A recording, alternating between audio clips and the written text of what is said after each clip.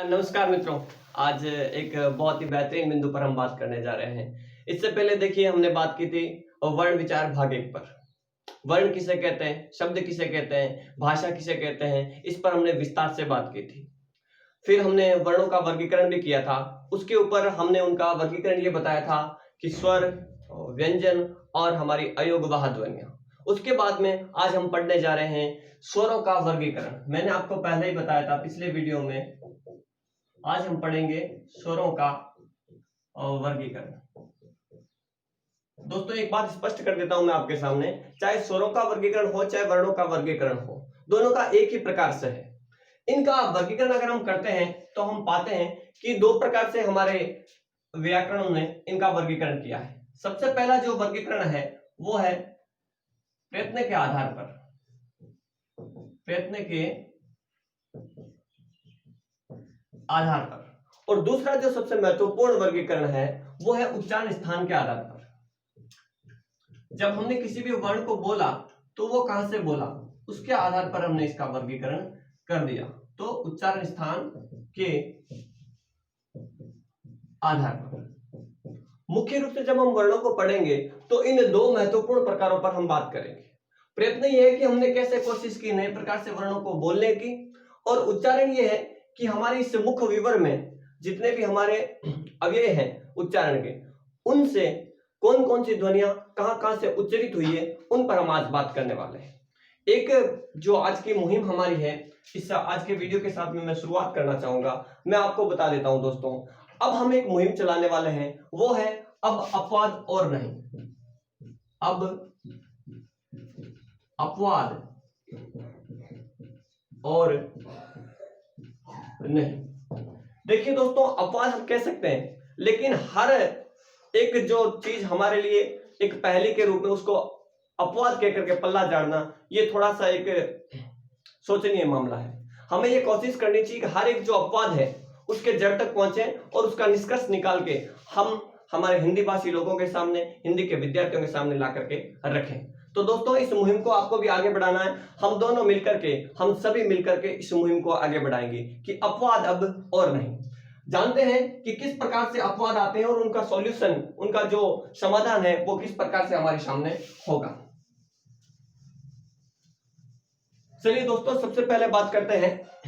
मैं बात करूंगा सबसे पहले प्रयत्न के आधार पर स्वरों का वर्गीकरण। पहला जो बिंदु है हमारा, उस पर बात करूंगा। देखिए हमारे व्याकरणों ने प्रयत्न के आधार पर स्वरों को किस प्रकार से बांटा है। सबसे पहला जो वर्गीकरण है वो किया गया है हमारा उच्चारण काल के आधार पर।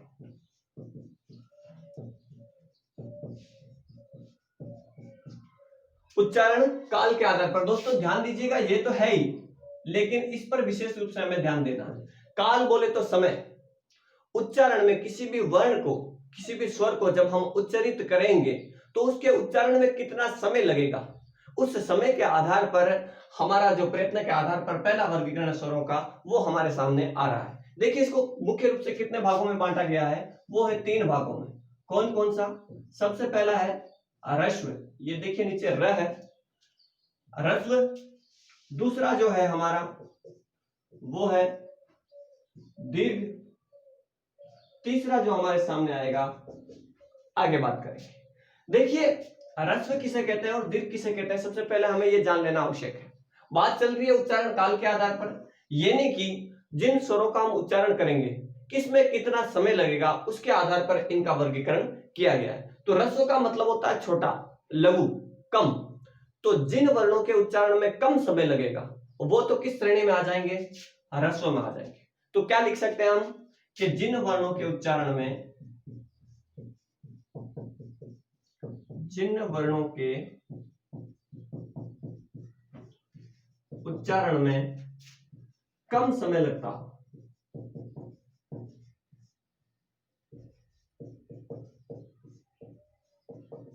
दोस्तों विशेष रूप से बात यहां पे ध्यान रखनी है। इस वर्गीकरण में हमें यहां पे देखना है उच्चारण का जो समय है उस पर विशेष रूप से बात करनी है। देखिए जिसमें कम समय लगेगा वो किस में आएगा? वो आएगा ह्रस्व में। ह्रस्व कहें चाहे लघु कहें चाहे छोटा कहें। इसमें देखिए कौन कौन से आएंगे हमारे, वो है सबसे पहला अ, फिर है ह्रस्व ई और फिर है ह्रस्व उ।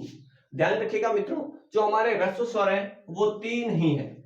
अब आप बात कर सकते हैं कि यहाँ पे री क्यों नहीं लिया गया। मैंने आपको पहले ही बता दिया कि हमारे आदि व्याकरणों में आप देख सकते हैं री को आज से 2500 वर्ष पूर्व अशुद्ध माना गया है। पाली भाषा में जो री ने प्रवेश किया तो वो अशुद्ध हो गई, स्वर नहीं रहा है। इस कारण से मैं इस वर्गीकरण में उसको शामिल नहीं कर रहा हूं। बाकी मैंने आपको बता दिया कि जहां रहेगी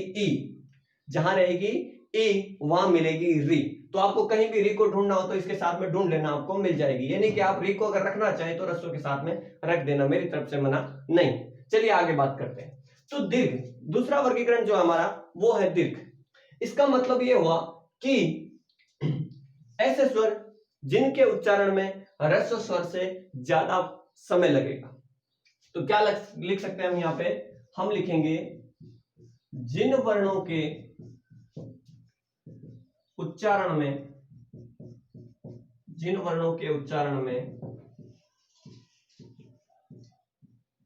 ह्रस्व से ज्यादा समय लगे, वो कौन से होंगे हमारे? वो होंगे दीर्घ स्वर। दीर्घ स्वर में कौन से आएंगे मित्रों? ये जो आगे हमारे 3, इनके अलावा जो बाकी बचे हैं वो सारे के सारे दीर्घ में आएंगे। तो देखिए आ चुका हमारा, बात करते हैं आगे। आ, फिर ई। देखिए उच्चारण में विशेष रूप से ख्याल रखा है मैं, ई ई ई ई, किल कील। देखिए कितना फर्क है और एक उच्चारण से ही अर्थ में कितनी तब्दीली आ जाती है, इसका ध्यान रखना है हमें। तो आपको किल नहीं करना है, किल कर दोगे तो किल हो जाएगा, कील करना है हमें, जो आपके कहीं टांगने के लिए काम आएगी। आगे देखिए उ उ, कुल कुल कुल। भाई तुम्हारे कुल कितने रुपए हुए? कुल। और कुल किनारा, ध्यान रखना इस बात का। तो आ ई उ ए आई ओ और औ।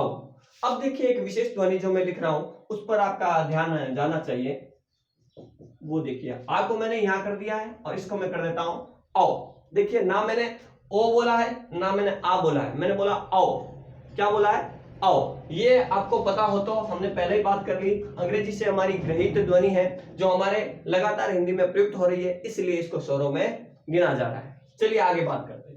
तो मुख्य रूप से जो उच्चारण काल के आधार पर हमारा हिंदी में वर्गीकरण है वो इन दो पे ही ठहरता है, ह्रस्व स्वर व दीर्घ स्वर। तो ह्रस्व किसे कहेंगे? जिसमें समय कम लगेगा। दीर्घ किसे कहेंगे? जिसमें समय ज्यादा लगेगा।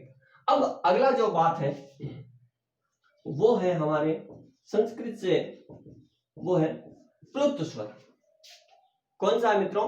प्लुत स्वर। जाना पहचाना नाम है हमारा। प्लुत स्वर पहले मैं आपको बता दूं कि हमारे हिंदी में प्रयुक्त नहीं होता है, संस्कृत में इसका ज्यादातर प्रयोग आपको मिलेगा। लेकिन हमारी जो हिंदी है वो संस्कृत से ही चली आ रही है, तो हम उसका अध्ययन भी साथ में करेंगे। तो देखिए प्लुत स्वर किसे कहते हैं, ध्यान क्या रखना है, उस सिस्टम को समझना है, उस तरीके को समझना है। बात ये चल रही है कि जो वर्गीकरण है वो हमने किया उच्चारण काल के आधार पर, उच्चारण में जो समय लगेगा। तो इसका मतलब ये कि प्लुत में भी समय की बात है, प्लुत में भी समय की बात है। या तो इन दोनों से ज्यादा समय लगेगा या इनसे कम समय लगेगा, समय की बात है।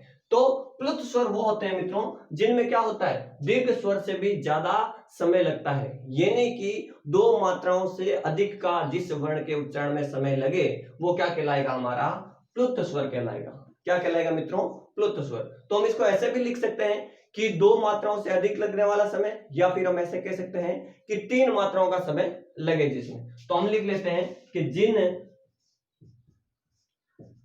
स्वरों के उच्चारण में 3 मात्रा का समय लगे। अब देखिए बात ये आ रही है कि अब इसमें कौन से स्वर आएंगे, क्योंकि स्वर जितने थे हमारे वो तो सारे हमने ले लिए, ये आ गए और ये आ गए, स्वर तो बाकी बचा ही नहीं। तो मित्रों हमने ये देखा होगा जब आप छंद पढ़ेंगे तो एक बात मैं आपको बता देता हूं, ये आपके सामने विशेष रूप से आएगा, एक ये प्रतीक चिन्ह और ये प्रतीक चिन्ह। ये मात्राओं से निर्धारण है इनका, इसको कहते हैं हम लघु और इसको हम कहते हैं गुरु। द्वितीय श्रेणी वाले विशेष रूप से इस बात का ध्यान रखें, जो भी द्वितीय श्रेणी या प्रथम श्रेणी शिक्षक भर्ती परीक्षा का विद्यार्थी है वो विशेष रूप से इसको देखें। लघु आपका ये उसका चिन्ह है और गुरु आपका ये चिन्ह है। लघु की मात्रा होगी 1, गुरु की मात्रा होगी 2। तो मित्रों होगा क्या, ह्रस्व जो है हमारे वो सारे के सारे क्या है, लघु है। क्या है मित्रों, लघु है। और दीर्घ जो है वो सारे के सारे क्या है, गुरु है। री आपकी मैंने आपको बता दिया ह्रस्व में ही आएगी। अब प्लुत में क्या होता है मित्रों, मैं बात ये यहाँ पे इसीलिए रख रहा हूं छंद की, क्योंकि छंद में अधिकांशतः हम ये देखते हैं कि मात्राओं की गिनती जो है वो ऊपर नीचे होती रहती है। कभी मात्रा लघु की गुरु हो जाती है, कभी गुरु की लघु हो जाती है। ऐसा क्यों होता है, क्योंकि जिस वर्ण का हम जैसे उच्चारण करते हैं उसकी मात्रा वैसे ही मानी जाएगी या वैसे ही गिनी जाएगी। तो प्लुत स्वर में क्या होता है मित्रों, अगर यदि किसी वर्ण को, यदि किसी स्वर को हम ज्यादा खींच लेते हैं, लंबा बोल देते हैं, तो उसके उच्चारण में जो समय है वो ज्यादा लगता है। इस कारण से वो इन दोनों से भिन्न प्लुत स्वर बन जाता है और उसमें समय जो लगता है वो 3 मात्राओं का लग जाता है। विशेष रूप से मैं आपको बताऊं, हम ये जो ध्वनि देखते हैं ओम जो है, इसका जब हम उच्चारण करते हैं तो इसमें क्या होता है मित्रों, ये प्लुत स्वर की विशेषता है। इसको आप ऐसे भी लिख सकते हो, इसको आप ऐसे भी लिख सकते हो, ये भी आपने देखा होगा। होता क्या है, ये तो देखिए ओ है हमारा, ओ क्या है हमारा, दीर्घ है, ये रहा ओ। जब इसकी मात्रा कितनी होगी, इसकी मात्रा तो गुरु होनी चाहिए, 2 ही होनी चाहिए, तो फिर ये 3 कैसे होगी। ये तो प्रतीक चिन्ह है, अवग्रह चिन्ह है हमारा संस्कृत का, प्रतीक चिन्ह है कि 3 का प्रदर्शन करेगा। होता क्या है, ये 2 का है, लेकिन जब हम इसको देखिए मैं बोलता हूं ओ, ये तो क्या होगा हमारा सामान्य दीर्घ स्वर होगा ओ, लेकिन मैंने इसको बोल दिया ओ, ओ। हम ओम उच्चारण नहीं करते, हम करते हैं ओ। तो ओ को क्या कर दिया हमने, लंबा खींच लिया। तो जब लंबा खींचा तो इसका जो समय है वो भी बढ़ गया, इसलिए इसमें मात्राओं का जो समय लगा वो 3 मात्राओं का समय लगा और इसको हम कहेंगे प्लुत स्वर। एक विशेष बात और बता देता हूं, जैसे कि मान लो कुएं में आप पत्थर गिरा रहे हो, उस समय जो धम की आवाज आती है वो भी प्लुत स्वर के अंदर आती है, उसका अध्ययन भी प्लुत स्वर के अंतर्गत होगा। मान लो आप किसी पहाड़ी की घाटियों के बीच में से गुजर रहे हो और वहां पे आप जोर जोर से चिल्ला रहे हो, तो जब वहां पे जो ध्वनि प्रतिध्वनि हो रही है वो भी किसकी विशेषता है, प्लुत स्वर की। मान लो अगर कोई बच्चा रो रहा है या चिल्ला रहा है तो वहां पे भी क्या होगा, वहां पे भी प्लुत स्वर ही होगा, वहां पे भी एक स्वर को खींचा जाता है। तो मित्रों ये जो स्वरों का वर्गीकरण था प्रयत्न के आधार पर, उसका पहला भाग हमने पढ़ा है, वो है उच्चारण काल के आधार पर। उसके भाग जो है हमने 3 पढ़े हैं। किसी भी प्रकार का कैसा भी प्रश्न आए तो हमें कोई दिक्कत नहीं होनी चाहिए। प्रश्न कैसा पूछा जाएगा, जैसे कि आपको 4 विकल्प दे दिए, अ, आ, ई, उ, और पूछ लिया इन चारों विकल्पों में से ह्रस्व स्वर कौन सा है। तो देखिए मित्रों, ये रहा सीधी सी बात है हमारा ह्रस्व, बाकी वाले कौन से, सारे के सारे दीर्घ स्वर है। एक विशेषता और बता देता हूं मैं, जब हम संधि में चलेंगे तो यही वर्गीकरण हमारे काम आएगा। कैसे, समझ लेना इस बात को, थोड़ा सा मैं यहाँ पे लिख रहा हूं। ये तो हमने उच्चारण काल के आधार पर बांट ही दिया है, लेकिन कई विद्वानों ने इसको संधि के आधार पर थोड़ा सा अलग नाम दिया है। कैसे कैसे नाम दिया है, देखिए ये तो है ही, ये तो हमारा लघु है, ह्रस्व और लघु हो गया। अब देखिए बात चल रही है दीर्घ में जो आए हैं इनका वर्गीकरण थोड़ा सा अलग मैं बता देता हूं आपको। जैसे कि देखिए आ, ई और उ, इनको क्या नाम दे दिया, इनको नाम दे दिया दीर्घ स्वर। क्या नाम दे दिया मित्रों, दीर्घ स्वर। इसी से, इन्हीं वर्णों से हमारी संधि बनती है दीर्घ स्वर संधि। अब अगला देखिए बचा क्या है, ए, ओ, इनको क्या नाम दे दिया, इनको नाम दे दिया गुण स्वर। क्या नाम दिया मित्रों, गुण स्वर, क्योंकि आपको पता है ए किससे बनता है, अ प्लस ई से बनता है, ओ किससे बनता है, अ प्लस उ से बनता है, तो इस कारण से इनको गुण स्वर कह दिया। अगला देखिए ये आपका अ, ये आपका ऐ, इनको क्या नाम दे दिया, इनको नाम दे दिया वृद्धि स्वर। क्या नाम दे दिया, वृद्धि स्वर। ये विशेषताएं जो है ये हम जब संधि पढ़ेंगे तब हमारे काम आएगी। इनको हम क्या कहेंगे, दीर्घ स्वर। इसी से संधि का नाम रख दिया हमने दीर्घ संधि। दीर्घ स्वर संधि, ये गुण स्वर तो गुण स्वर संधि, और ये वृद्धि स्वर तो वृद्धि स्वर संधि। तो चलिए मित्रों अगले भाग पर बात करते हैं। इसका आप एक स्क्रीनशॉट ले सकते हैं।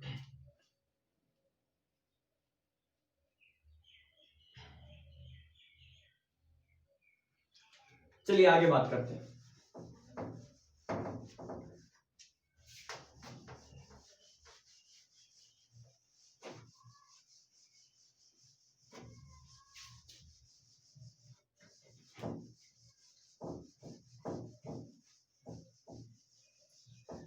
देखिए मित्रों, अगला जो वर्गीकरण है उससे पहले मैं आपका ध्यान थोड़ा सा उस रेखा चित्र की तरफ ले जाना चाहूंगा जो मैंने आपको पिछले वीडियो में बताया था। विशेष रूप से उसको आपको ध्यान में रखना है। मैंने आपको बताया था कि जब हम इसका लगभग कम से कम 5 बार जब इसका हम अभ्यास करेंगे तो ये हमारे जहन में बैठेगा। आपने बनाया होगा, एक बार फिर से आप बना सकते हैं इसको। ये देखिए डायग्राम आपको अच्छे से याद होगा, ये मैंने उस समय बनाया था, वापस बना रहा हूं। अगले जो हम प्रकार पढ़ेंगे उनमें ये डायग्राम हमारे लिए विशेष महत्वपूर्ण रहेगा। मैंने आपको बताया था कि इसको याद करना है, इससे जो हमारा स्वरों का वर्गीकरण है प्रयत्न के आधार पर वो सारा का सारा हमें याद हो जाएगा। कैसे होगा इस पर बात करनी है। सबसे पहले देखिए इसका वर्गीकरण कैसे था हमारा, ई ई उ ए आई ओ औ आ अ। अब बचा क्या, मैंने आपको बताया था आओ और आ के बीच में से बोला जाएगा ओ, वो हमारा यहां पे आएगा। ये जो डायग्राम है मैंने आपको बताया था कि ये मेरा नहीं, आप में से या मेरे में से किसी ऐसे वैसे ने नहीं बनाया है। आप जाइएगा, हमारे जो आदि व्याकरण है डॉक्टर उदय नारायण तिवारी, उनकी किताब में से ये उठाया गया है और बहुत ही बेहतरीन तरीके से इन्होंने जो हमारी एक उच्चारण पद्धति है, जो हमारा अंदर का एक तरीका है, उसको देख करके ये बनाया गया है। तो इसको हमें अच्छे तरीके से ध्यान में रखना है। मैंने आपको पहले बताया था ये इस तरीके से, इसके आधार पर इसको बनाया गया है, तो इस बात को आपको विशेष रूप से ख्याल रखना है। इस डायग्राम के आधार पर अगला हम भाग पढ़ेंगे। अगला जो भाग है वो है कि मुख में जिह्वा की स्थिति के आधार पर, मुख में जिह्वा की स्थिति के आधार पर। देखिए मित्रों, जब हम इन स्वरों का उच्चारण करते हैं तो क्या होता है, ये जो हमारी जीभ है वो मुख में कहां कहां जाती है, इस प्रकार से हमने इसका वर्गीकरण किया है। इसमें जो मुख्य रूप से वर्गीकरण किया है वो हमने किया है 3 प्रकार से। कितने प्रकार से किया मित्रों? 3 प्रकार से। कौन कौन सा? अग्रस्वर, मध्य स्वर और तीसरा जो है हमारा वो है पश्च स्वर। पश्च स्वर। देखिए सबसे पहले इन पर हम बात कर लेते हैं। अग्र का मतलब होता है मित्रों आगे। ये नहीं कहने का तात्पर्य है कि जीभ की स्थिति क्या रहेगी मुख में, जीभ रहेगी सबसे आगे वाले भाग में। ये जो हमारा मुख है, ये रहा हमारा मुख, ये हमारा मुख है, इसमें जीवा की स्थिति ऐसे आगे की तरफ रहेगी, तो क्या होगा, वो होंगे हमारे अग्र स्वर। यानी कि जीवा जब आगे रहेगी, अग्र का मतलब आगे, तो जीवा के आगे रहने से जिन स्वरों का उच्चारण होगा वो अग्र स्वर के अंदर आएंगे। मध्य में मतलब जीभ जो है वो बीच में रहेगी, ऐसे बिल्कुल यही रहेगी, कहीं नहीं जाएगी, मध्य बीच में रहेगी। मध्य का मतलब बीच में, तो जीभ के बीच में रहने से जिन स्वरों का उच्चारण होगा वो मध्य स्वर होंगे। और पश्च मतलब बाद का, पीछे। अब पीछे क्या होगा, जब जीभ हमारी ऐसे सिकुड़ जाएगी पीछे, तो जिन स्वरों का उच्चारण होगा वो पश्च स्वर बनाएंगे। पहले तो इनका निर्धारण करते हैं, फिर हम इनका उच्चारण करके देखेंगे कि क्या वास्तव में जो हम देख रहे हैं वो सही से मिलान हो रहा है कि नहीं हो रहा है। तो देखिए अग्र स्वर क्या होगा, क्या लिख सकता हूं मैं, अग्र स्वर में क्या होता है मित्रों, जीभ का, जीभ के अग्रभाग, जीभ के अग्रभाग से उच्चारण, जीभ के अग्रभाग से इनका उच्चारण होगा। कौन कौन से होंगे? देखिए ये जो डायग्राम है इसके आधार पर हम समझ सकते हैं। जैसे कि मोना बोला अ, तो देखिए जीभ कहीं नहीं जा रही है, यहीं पड़ी है अ। लेकिन बोलिए ई, तो देखिए जीभ ये रही, ई, ये देखिए जीभ यहां आ रही है, ई, ई, ए, आई, जीभ क्या कर रही है? आगे आ रही है। तो अग्र स्वर कौन कौन से होंगे हमारे? वो होंगे ई, ए, आर, आई। देखिए इस डायग्राम को कैसे याद रखना, इस डायग्राम से इनको कैसे याद रखना, ये बात अभी मैं आपको बताऊंगा। मध्य में क्या होगा? जीभ के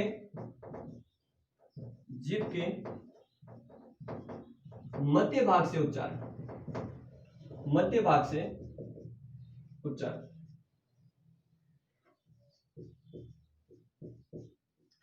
जीभ की स्थिति बिल्कुल मध्य रहेगी, कहीं नहीं जाएगी। देखिए ई बोलिए ऊपर जा रही है, ऊ बोलिए पीछे जा रही है, आ बोलिए पीछे जा रही है, लेकिन बोलिए अ, देखिए जीभ हमारी ऐसे की ऐसी पड़ी है, कहीं नहीं जा रही है जीभ। तो ये क्या कर रही है? ये जो है हमारा, ये देखिए जीभ यहीं रह रही है, ये हमारी जीभ ये यहीं पे है। तो मध्य में कौन सा आएगा? मात्र एक स्वर आएगा, वो है अ। तो शेष जो बचे हैं वो किस में आएंगे? पश्च स्वर में आएंगे। पश्च में क्या होगा? जीभ के पिछले भाग से, जीभ के पिछले भाग से उच्चारण। जीभ तक पीछे खिसकेगी। जीभ ये जो हमारा जबड़ा है इसमें जीभ देखिए, आप जब बोलिएगा इन वर्णों का उच्चारण कीजिएगा पश्च स्वरों का, तो जीभ हमारी जो है वो पीछे की तरफ खींचेगी। देखिए उ, एक बोलिए, देखिए अ, ई, उ, देखिए अ, ई, उ, ये देखिए खींची जीभ, उ, उ, उ, ओ, देखिए जीभ पीछे जा रही, ई, अ, पहले ई को बोलिए जीभ आगे जाएगी, ओ को बोलिए जीभ पीछे आएगी। तो ये क्या हो गए? बाकी जो बचे हैं वो सारे के सारे कौन कौन से? उ, ओ, औ, आ, आर, औ, ये जो है हमारे। तो देखिए अग्र स्वर कौन से होंगे? अब देखिए इस डायग्राम का कमाल देखिए आप, डायग्राम में आपको समझाता हूं डायग्राम को कैसे याद रखना है। डायग्राम को देखिए आप, ये रहे आपके चार, ये हो गया वर्गीकरण, ये लीजिए क्या नाम दे दिया हमने? अग्र, ये हो गए अग्र। ये लीजिए आपका डायग्राम, ये रहा एक आपका, ये रह गया आपका मध्य, और ये देखिए तीसरा वर्गीकरण, ये सारे के सारे किस में आ गए? वो आ गए पश्चिम में। तो मित्रों ध्यान क्या रखना है? पहली लाइन में जो आएंगे वो अग्र होंगे, बीच में जो रहेंगे वो मध्य होंगे, और पीछे वाले जो आएंगे वो पश्चिम होंगे। चलिए आगे बात करते हैं। आप काफी स्क्रीनशॉट आप इसका ले सकते हैं।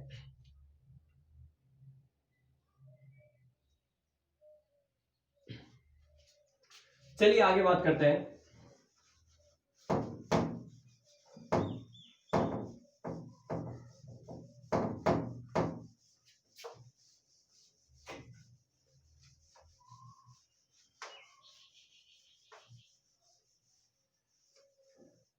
चलिएगा देखते हैं अगला जो प्रकार है हमारा वो कौन कौन सा होगा। तीसरा प्रकार मैं आपके सामने रख रहा हूं। पहला जो हमने रखा था वो रखा था उच्चारण काल के आधार पर, दूसरा रखा था हमने कि जीभ की स्थिति किस प्रकार से रह रही है। अब जो तीसरा प्रकार हम पढ़ने जा रहे हैं वो है हमारा मुखाकृति। मुखाकृति के आधार पर, यानी कि दोस्तों स्वरों का उच्चारण करने में मुख की स्थिति कैसी रहती है उसके आधार पर हमने इसका वर्गीकरण किया है। देखिए सीधा सा वर्गीकरण है, इसमें हमने सिर्फ दो ही भाग किए हैं। कौन कौन से भाग किए हैं उसी पर हम बात करने जा रहे हैं। जो पहला है मुख आकृति में क्या होगा? वर्णों का जब हम उच्चारण करेंगे या तो मुख गोल होगा या फिर क्या होगा, या फिर गोल नहीं होगा। तो देखिए यहां पे और भाग बढ़ाता हूं मैं आगे, इस पर आगे बात करेंगे। मुख की आकृति कैसे रहती है? मुख बंद रहता है या खुला रहता है? मुख थोड़ा खुला रहता है कि ज्यादा खुला रहता है, इस पर हम आज बात करने वाले हैं। पहले दो ही भाग लेते हैं हम, उसके आगे वाले लेंगे। देखिए पहला जो भाग किया हमने, इसका क्या है, संवृत्त स्वर। मुख आकृति नाम से स्पष्ट है, मुख की आकृति कैसे रहती है। जब मैं इनको बोलूंगा अ, आ, ई, उ, तो मुख कैसे रह रहा है, मुख की आकृति जो है उसको हमें यहाँ पे पहचानना है। तो पहला भाग जो है वो है संवृत्त स्वर और दूसरा भाग जो है वो है विवृत स्वर। आगे वाले जो दो भाग हैं वो बाद में पढ़ेंगे, पहले दो ही भाग लेते हैं। देखिए संवृत्त का मतलब क्या होता है, इसको देख लेते हैं। संवृत्त का मतलब होता है बंद। क्या होता है मित्रों, बंद। तो सीधी सी बात है, इन वर्णों का जब हम उच्चारण करेंगे तो हमारा मुख क्या रहेगा, बंद रहेगा। क्या रहेगा मित्रों, मुख बंद रहेगा, तो उच्चारण होगा संवृत्त स्वरों का। और विवृत का मतलब क्या होता है, विवृत का मतलब होता है खुला। संवृत्त विवृत आप इनको विलोम के नजरिए से भी देख सकते हैं, तो बंद व खुला। तो इनमें ऐसे स्वर आएंगे जिनका उच्चारण करते समय हमारा मुख क्या होगा, वो खुला रहेगा। क्या होगा मित्रों, खुला रहेगा। अब देखिए तीसरा जो वर्गीकरण मैं ले रहा हूं आपके सामने, वो ले रहा हूं मैं अर्ध संवृत्त। अब आपको अच्छे से समझ में आ गया होगा कि अर्ध संवृत्त क्या है। अर्ध संवृत्त स्वर, तो अर्ध संवृत्त में क्या होगा मित्रों, जिसमें मुख आधा बंद रहेगा, जिसमें मुख आधा बंद रहेगा, पूरा बंद नहीं रहेगा। इसमें पूरा बंद रहेगा और इसमें आधा बंद रहेगा। अगला जो भाग लिख रहा हूं मैं, वो लिख रहा हूं मैं अर्ध विवृत स्वर। अब क्या है, विवृत में खुला रहेगा लेकिन अर्धविवृत में आधा खुला रहेगा। तो देखिए इसमें तो आधा खुला रहने की बात है और इसमें आधा बंद रहने की बात है। तो चलिए इस पर बात करते हैं। फिर से वही डायग्राम मैं आपके सामने रख रहा हूं, देखिएगा। इस डायग्राम को आपको बार बार बनाना पड़ेगा मित्रों। वापस लिखता हूं मैं, देखिए यहां पे आपको बार बार अभ्यास होना चाहिए इस बात का कि कौन सा वर्ण कहां पे आएगा।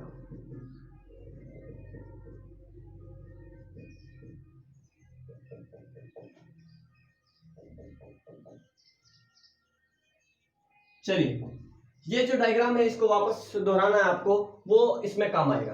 किस तरीके से, देखिए पहला है समृद्ध, इसके चार भाग जो हैं वो सारे के सारे मैं यहां पे रखा हूं। इनका उच्चारण कीजिए, इनमें से एक का मुंह बंद किसमें रहता है। देखिए ई, उ, इनमें क्या रहता है मित्रों, ये जो जीभ है हमारी, ये जो जीभ है हमारी वो क्या करती है, ऊपर तो जाती है लेकिन ये जो गला होता है उसको बंद कर देती है। क्या कर देती है मित्रों, जो गला होता है हमारा उसको बंद कर देती है। तो ये क्या हो गया, ये समृद्ध स्वर आ जाते हैं। तो समृद्ध स्वर की विशेषता क्या होगी कि इसमें मुख बंद रहता है, मुख बंद रहता है। दूसरी जो इसकी विशेषता है वो मैं आपको बता दूं कि जीभ जो है, जीभ मुख में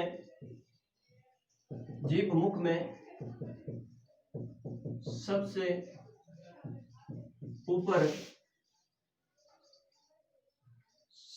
ऊपर उठी हुई रहती है, सबसे ऊपर उठी हुई रहती है।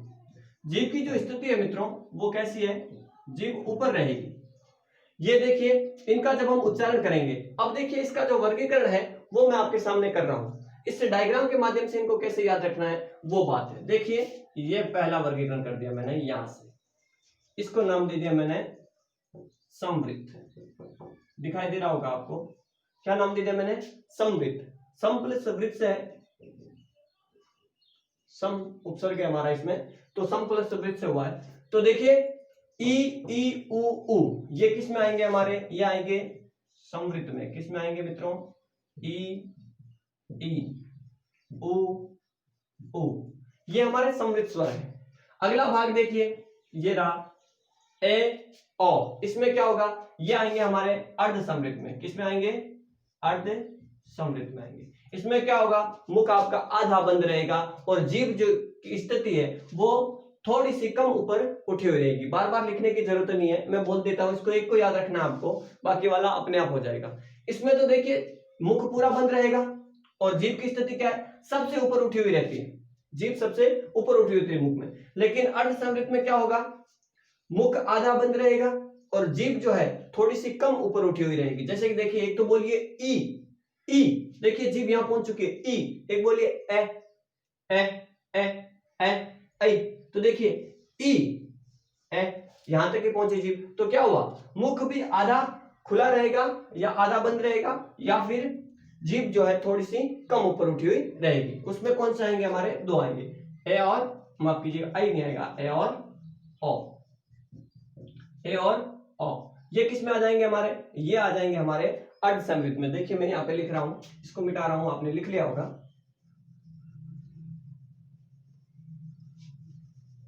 क्या नाम आएगा मित्रों, इसको हम कहेंगे अर्ध संवृत, अर्ध संवृत। तीसरा जो वर्गीकरण है वो है हमारा, देखिए ये आई, औ, अ और औ, ये आएंगे हमारे किस में, वो आएंगे अर्ध विवृत में। किस में आएंगे मित्रों, अर्ध विवृत में। इसमें क्या होता है मित्रों, मुख जो है हमारा आधा खुला रहेगा। अर्ध विवृत ये रहा, तो इसमें कौन कौन से लिख दूं मैं, अर्ध विवृत में लिख सकता हूं मैं आई, अ, औ और औ। ये जो चार हैं वो किस में आएंगे, अर्ध विवृत में आएंगे। और बचा क्या हमारा, वो बचा है अ, तो अ किस में आ जाएगा, अ आ जाएगा आपका विवृत में। ये देखिए अ को हम किस में लिख लेंगे, विवृत स्वर में।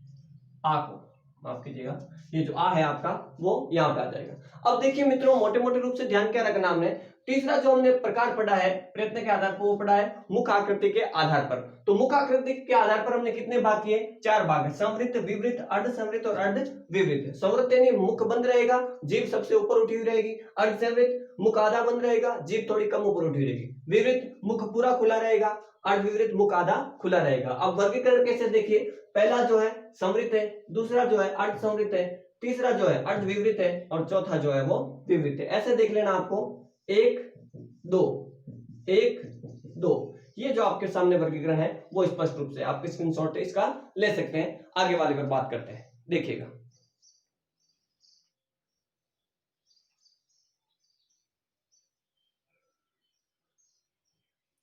चलिए मित्रों आगे बात करते हैं।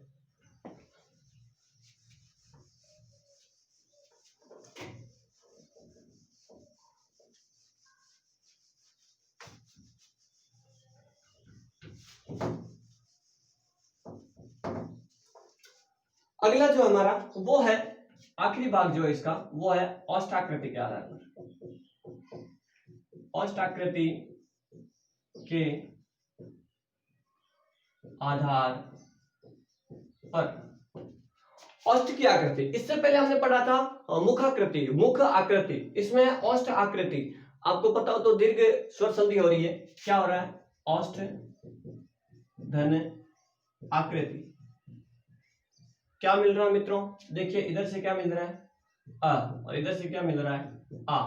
तो अ और आ मिलते हैं तो क्या बनता है, आ बनता है। और आ मैंने आपको बताया था अभी दीर्घ स्वर है, तो इससे जो संधि होगी वो दीर्घ स्वर संधि कहलाएगी। चलिए आगे बात करते हैं। तो औष्ठ आकृति के आधार पर जो हमने वर्गीकरण किया है वो दो प्रकार से किया है।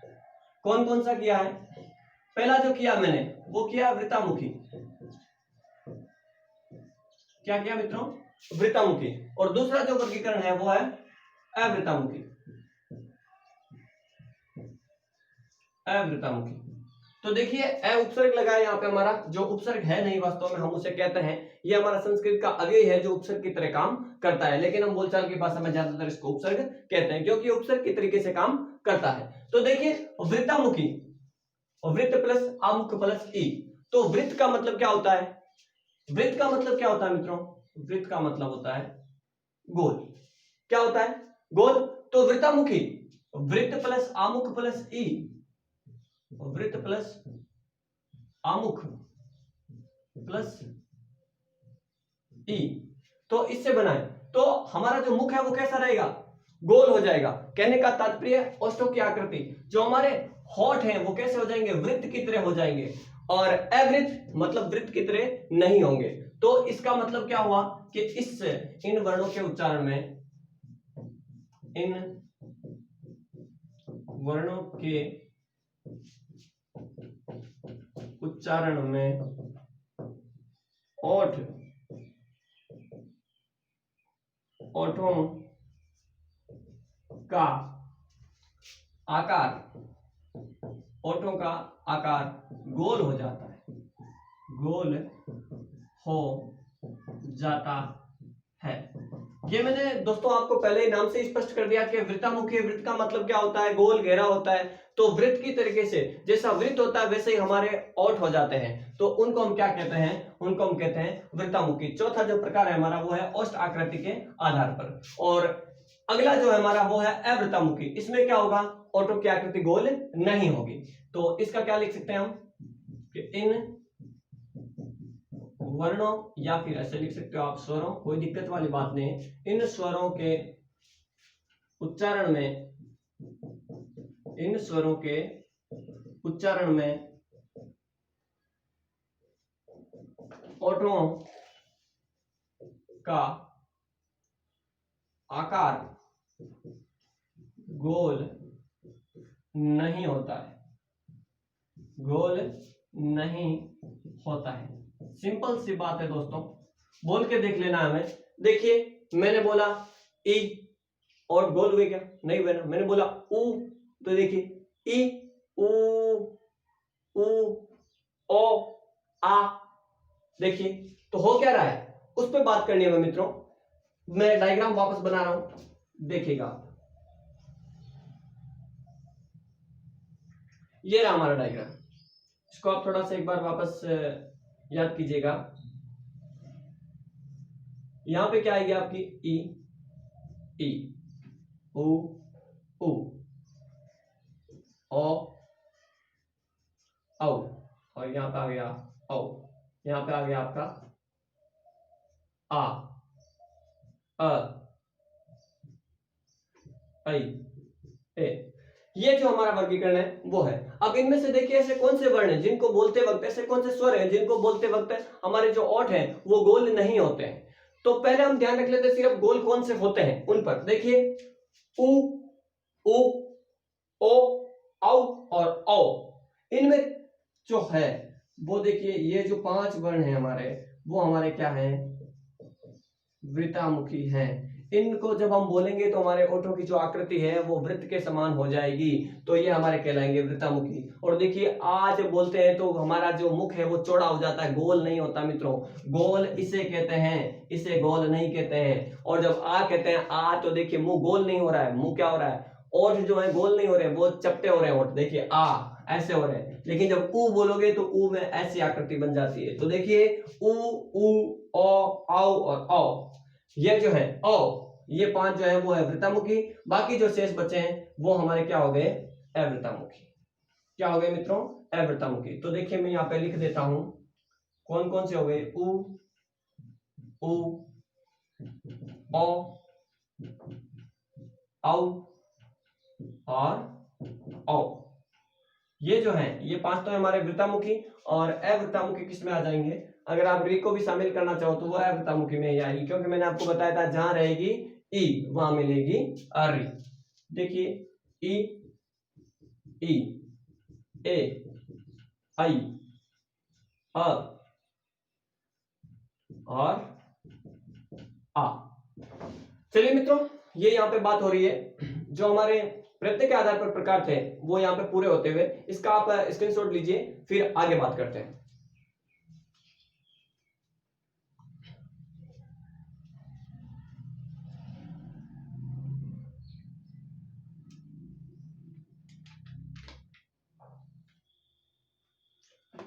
चलिए मित्रों आगे बात करते हैं।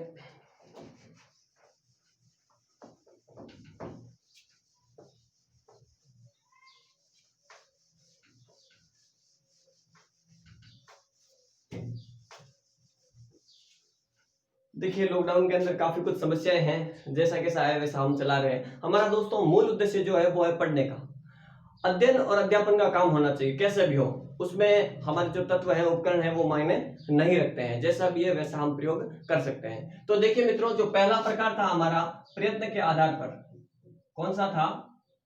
प्रयत्न के आधार पर, वो हमारा पूरा हो चुका है। इसमें हमने 4 प्रकार किए थे। सबसे पहला हमने उच्चारण काल के आधार पर, फिर मुख में जिह्वा की स्थिति के आधार पर, फिर मुख आकृति के आधार पर, फिर औष्ठ आकृति के आधार पर। तो ये तो हमारा हो चुका है पूरा। अब हम जो दूसरा भाग है उस पर बात करने वाले हैं, वो है हमारा उच्चारण स्थान। कौन सा मित्रों? सिंपल सी बात है, छोटा सा एक भाग है हमारा, वो है दूसरा जो भाग है वो है हमारा उच्चारण स्थान। सबसे ज्यादा जो प्रश्न आते हैं मित्रों वो उच्चारण स्थान से ही आते हैं। पहले देखिए हमारे जो स्वर कौन कौन से हैं उनको मैं लिख देता हूं, इसके सामने लिख देता हूं। देखिए अ, आ, ई, उ, ए, आई, ओ और औ। अब देखिए ये यहाँ पे लिख रहा हूं मैं औ, और री को आप मानो तो मान सकते हो, लिखिए लीजिए, री में आपके लिख देता हूं उच्चारण की सुविधा से। चलिए आगे बात करते हैं। तो देखिए उच्चारण के आधार पर जो वर्गीकरण है वो किस प्रकार से किया गया है। तो देखिए सबसे पहले मैं जो ध्वनि ले रहा हूं वो ले रहा हूं मैं अ और आ। इनको देखिए, इनका जो हमारे हिंदी में उच्चारण है मित्रों वो है हमारा कोमल तालु। क्या है मित्रों? कोमल तालु। ये तो है आपका हिंदी में, लेकिन अगर यही बात की जाए संस्कृत की तो वो है इनका उच्चारण स्थान कंठ। अभी तक कई सारे विद्वान जो हैं वो संस्कृत को ही पकड़े बैठे हैं। मैं आपको बताता हूं परीक्षा की दृष्टि से दोस्तों हमें यह ध्यान रखना है कि अगर आपके सामने कोमल तालु का विकल्प ही नहीं आए और कंठ का विकल्प आ जाए तो आप अ और आ को कंठ करके सही कर लेना और 2 नंबर ले लेना। लेकिन अगर कंठ और कोमल तालु दोनों दिया हुआ आपके सामने तो आपको स्पष्ट रूप से हिंदी का वर्गीकरण ध्यान में रख करके कोमल तालु को सही करना है, स्पष्ट रूप से सही करना है, कोई दिक्कत वाली बात नहीं है। अब देखिए ये दोनों कोमल तालु में आएंगे और संस्कृत में ये दोनों कंठ में आते हैं, तो विकल्प के आधार पे आपको सही करना है। अब इसमें देखिए जो तीसरी ध्वनि है हमारी कौन सी? ओ, वो भी कोमल तालु में आती है। तो कंठ में कौन कौन सी आएगी? अ और आ। कोमल तालु में त्रिध्वनि। अगला देखिए ई और ई। ई और ई की क्या विशेषता मित्रों? ये है हमारी तालु, संस्कृत में भी तालु ही है। अगला देखिए हमारा क्या है? उ और उ। इनका उच्चारण स्थान क्या है? इनका उच्चारण स्थान है हमारा औष्ठ, संस्कृत में भी औष्ठ है। अगला देखिए आपका, मैंने बताया आपको री हमारा अशुद्ध है, लेकिन फिर भी हम यहाँ पे लिख लेते हैं। री का उच्चारण स्थान है मूर्धा। कहाँ है? मूर्धा। जो हमारा जीभ का ऊपर, मुंह का जो ऊपर का अंदर का भाग है, शीर्ष वाला भाग, वहां से बोला जाता है। अगला क्या बचा? अब देखिए मित्रों बात क्या ध्यान में रखनी है, सिर्फ हमें इनका उच्चारण स्थान ध्यान रखना है, इन तीनों का सिर्फ, बाकी वाले जो है वो अपने आप आ जाएंगे। अगला क्या आएगा आपके सामने? अगला आएगा आपके सामने ए और आई। अगला आएगा ओ और औ। अब देखिए बात करते हैं हम कि इनका उच्चारण स्थान कैसे सीखे, सिर्फ इनका ही सीखना हमें, क्योंकि देखिए अभी अभी हमने बात की थी गुण स्वर, वृद्धि स्वर और दीर्घ स्वर। तो ये जो मित्रों दोनों ही हैं ए और ओ, ये क्या है? हमारे गुण स्वर है। बनते किससे हैं? देखिए ए का निर्माण किससे होता है? अ प्लस ई। अ प्लस ई मिलते हैं तो बनता है ए। तो देखिए पहले देखिए ए का उच्चारण स्थान क्या है? कंठ। यहां पे लिखिए कंठ। ई का उच्चारण स्थान क्या है? तालु। तालु। तो इस ए का जो उच्चारण स्थान है वो हमारा क्या बनेगा? कंठ तालु बनेगा। क्या बनेगा मित्रों? कंठ तालु, क्योंकि इस ए का उच्चारण होता है वो इन दो ध्वनियों के योग से होता है। इनके बीच में जो ध्वनि स्पष्ट रूप से बोली जाती है वो ए बोली जाती है, आपको पता ही है, ये हमारा गुण स्वर है। तो इनका जब हम ध्यान रखेंगे तो इनका अपने आप पता चल जाएगा। तो ए का उच्चारण स्थान बिल्कुल धैर्य से, ए और ओ में गड़बड़ी नहीं करेंगे हम, कोई भी गड़बड़ नहीं करनी है। बनता किससे? अ और ई से बनता है। बना क्या? ए बना। ठीक है, तो इसका उच्चारण स्थान क्या हो गया? ए और ई का शामिल हो गया, तो कंठ और तालु। अब आप ये नहीं कह सकते कि यहाँ पे आपने कंठ कैसे लिया सर, आप तो यहाँ पे कोमल तालु बता रहे थे ना। मित्रों ये हिंदी में उच्चारण स्थान बदला है, लेकिन इसका जो वर्गीकरण है वो तो बहुत पहले से, संस्कृत काल से। तो संस्कृत में तो ये कंठ था ना, संस्कृत में तो कंठ था, तो यहाँ पे भी हमें उसका उच्चारण स्थान कंठ लेना पड़ेगा। अगला देखिए, अब है ऐ। तो ऐ का निर्माण किससे होता है? देखिए आप, अ के साथ में क्या मिलता है? ए मिलता है। तो देखिए इसका क्या है? कंठ है, और इसका क्या है? कंठ तालु। तो कंठ से कंठ कट गया, और तालु तो तालु है, तो इसका भी कंठ तालु ही रहेगा, क्योंकि अ और ए से मिलकर बनता है ऐ, तो इसका उच्चारण स्थान भी वही रहेगा, कंठ तालु। अगला है हमारा ओ। तो देखिए ओ किससे बनता है? ओ बनता है अ प्लस उ से। क्या बनता है हमारा? ओ। संधि पे पढ़ेंगे हम आगे, गुण स्वर संधि में। तो देखिए अ का उच्चारण स्थान क्या है? कंठ। अब उ का उच्चारण स्थान क्या है? ओष्ठ। बना क्या हमारा? कंठोष्ठ। क्या बना मित्रों? कंठोष्ठ। कंठ ओष्ठ, ओष्ठ कंठ कुछ भी कह सकते हो आप। तो बना क्या उच्चारण स्थान? कंठोष्ठ। यानी कि ये कंठ और ओष्ठ से बोला जाए, क्योंकि ओ किससे बना? अ और उ से बना। उ हमारा जो है ओष्ठ है, और अ जो हमारा है कंठ। इसमें विशेष रूप से आपको एक बात बता देता हूं मैं आपको, कि इसको जो है वो आप एक अपवाद की श्रेणी में रखेंगे। अब आप बात करेंगे, हमारी मुहिम ही है कि अपवाद को जानने की। तो मित्रों देखिए, अपवाद किसे कहते हैं? पहले तो जैसे कि मान लो हमने कुछ 101 शब्द लिए, कुछ 101 तरीके लिए, उन पे एक नियम लगाने की कोशिश की, तो 90 ऐसे हैं या 99 ऐसे हैं जिन पर ये नियम लागू हो गया, लेकिन एक पर वो नियम लागू नहीं हो रहा है, लेकिन प्रक्रिया वैसी ही है, तो वो क्या कहलाएगा? वो अपवाद की श्रेणी में जाएगा। इसमें भी वही हो रहा है, प्रक्रिया वैसी है लेकिन नियम लागू नहीं हो रहा है। देखिए होता क्या है, अ और ओ मिलते ही क्या बन जाता है हमारा? औ बन जाता है। क्या बन जाता है? औ, और वृद्धि संधि होती है। लेकिन यहाँ पे कंठ और ओष्ठ मिलने से कंठोष्ठ नहीं बन रहा है, कंठोष्ठ बन रहा है। कंठोष्ठ नहीं बोला, हमारे पुराने विद्वानों ने बोल दिया कंठोष्ठ, हमारे पूर्वजों ने कंठोष्ठ बोल दिया, तो हमें तो उसको ही पालन करना पड़ेगा, उसका पालन करना पड़ेगा। तो अ और ओ मिलने से औ बनना था, लेकिन बना नहीं, ओ ही बना, तो ये एक अपवाद स्वरूप आ गया है। ठीक है, तो इसका आप विशेष रूप से ख्याल रखेंगे। अगली बात करते हैं। देखिए, तो ये हो गया हमारा कंठोष्ठ, ये हो गया हमारा कंठ तालु, ये मुर्दा, ये ओष्ठ, ये तालु और ये कोमल तालु। विशेष बात ध्यान में क्या रखनी है कि ये जो उच्चारण स्थान है ये अलग है, ये संस्कृत में कंठ है और हमारे हिंदी में कोमल तालु है। एक जो छोटा सा रेखा चित्र एक और है, वो मैं आपके सामने वापस बना देता हूं, देखिएगा आप। थोड़ा सा सही बना लेते हैं, चित्रकारी तो हमें यहाँ नहीं करनी है, लेकिन फिर भी हम बना लेते हैं।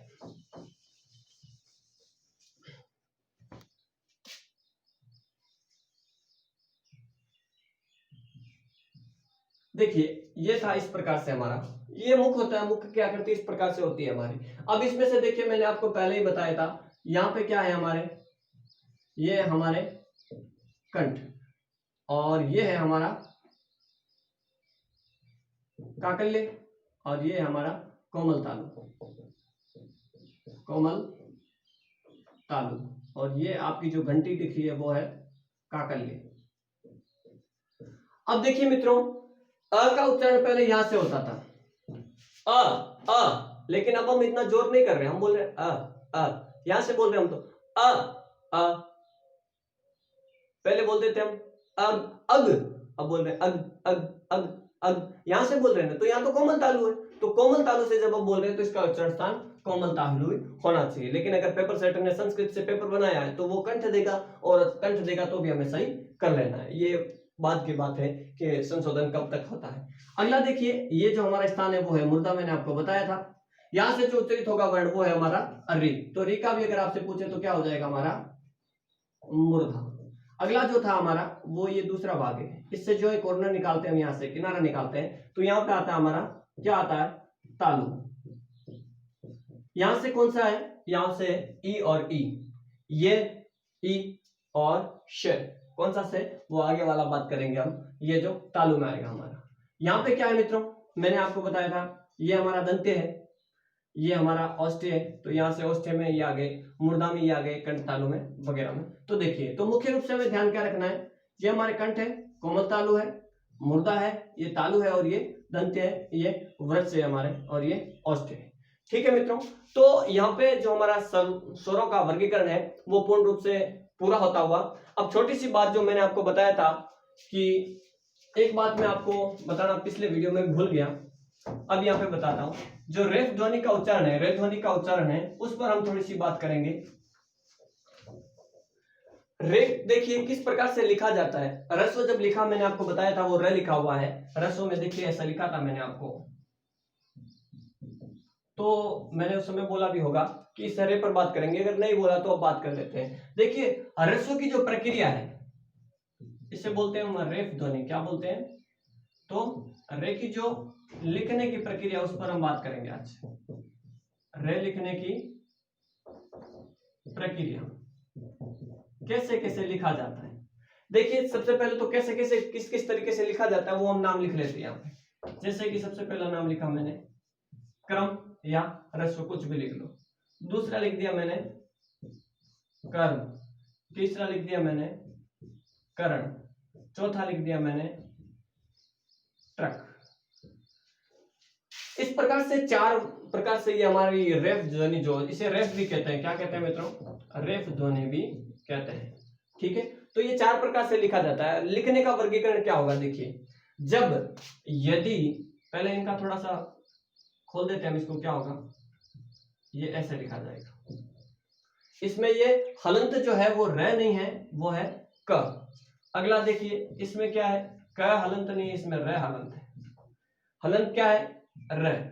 इसमें क्या है? इसमें तीनों के तीनों पूरे स्पष्ट रूप से कोई दिक्कत ही नहीं। इसमें क्या है मित्रों? इसमें हमारा ट हलंत है और र पूरा है। अब देखिए बात करते हैं, जब कभी भी मित्रों र जो है वो हलंत होगा तो अपने आप ऊपर चला जाएगा। क्या चला जाएगा? ऊपर चला जाएगा। ध्यान क्या रखना हमें कि जब कभी भी र की ध्वनि हलंत में होगी, स्वर रहित होगी, तो वो अपने आप ऊपर की ओर चली जाएगी। कहां चली जाएगी मित्रों?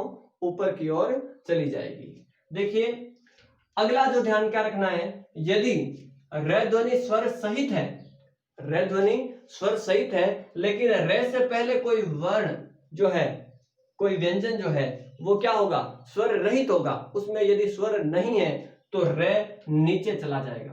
क्या होगा मित्रों? नीचे चला जाएगा। देखिएगा होता क्या है, ये अधोगामी, ये ऊर्ध्वगामी, ये ऊपर चला जाएगा और ये अधोगामी नीचे आ जाएगा हमारा। ध्यान क्या रखना है, जब स्वर रहित होगा र तो ऊपर चला जाएगा कर्म कर्म, और यदि स्वर जो र जो है स्वर सहित है और इसके आगे वाला जो है वो स्वर रहित है तो र इसके नीचे चला जाएगा। तो जब कभी भी ऐसा लिखा रहता है तो इसका मतलब हमें ये समझना है कि ये जो क है वो आधा है। ह्रस्व में क्या होगा मित्रों? ये जो है वो हलंत है और र पूरा है। उसी प्रकार से ये ट्रक देखिए, ये एक लिखने का तरीका है मित्रों। इसके नीचे ये जो दो प्रकार से बनाएगा इसको आप समझिएगा। देखिए इसमें क्या चीज है, हलंत कैसे लिखते हैं मित्रों? ये हलंत ऐसे लिखते हैं। तो एक तो इसमें ये हलंत और दूसरा ये रेत जुड़ गया ऐसे। तो देखिए ये था ट में लगा दिया मैंने हलंत। हलंत लगाने के बाद क्या किया मैंने? इसमें रेफ रे की ध्वनि लगा दी, ये बन गया हमारा ट्रक। इस प्रकार से बना है। तो इस ट में हलंत भी है और रे की ध्वनि भी है, तो कोई विशेष प्रक्रिया आपको जो है वो ध्यान में रखनी है। चलिए मित्रों आज की बात हमारी यहीं पे समाप्त होती है। अगला जो वर्गीकरण होगा वो हमारा व्यंजन पर होगा। तब तक के लिए धन्यवाद, नमस्कार मित्रों।